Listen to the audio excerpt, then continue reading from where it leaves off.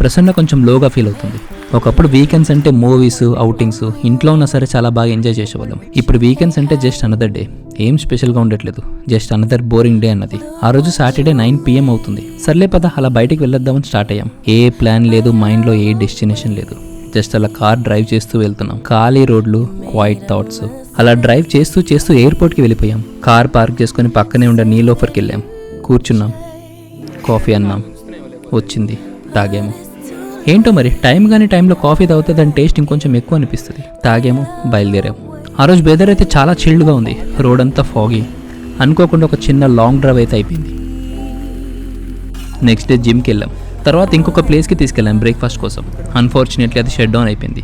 పెళ్లికి ముందు ఇక్కడే ఎక్కువ బ్రేక్ఫాస్ట్ చేసామని. ప్లాన్ అయితే చేంజ్ అయింది కానీ మూడైతే అలానే ఉంది. పక్కనే ఇంకో చిన్న టిఫిన్ సెంటర్ ఉంది. వేడిగా ఇడ్లీలు పట్టుకుని వచ్చాం.